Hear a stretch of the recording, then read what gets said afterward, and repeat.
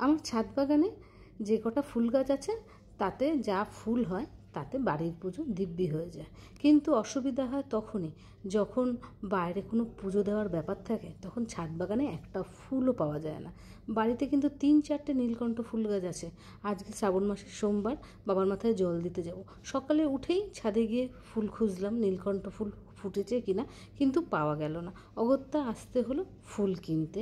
আর এই সময় ফুল যারা বিক্রি করে তারা এতটাই দাম চেয়ে বসে যে আমাদের পক্ষে নেওয়াটা না বড্ড অসম্ভব হয়ে যায়।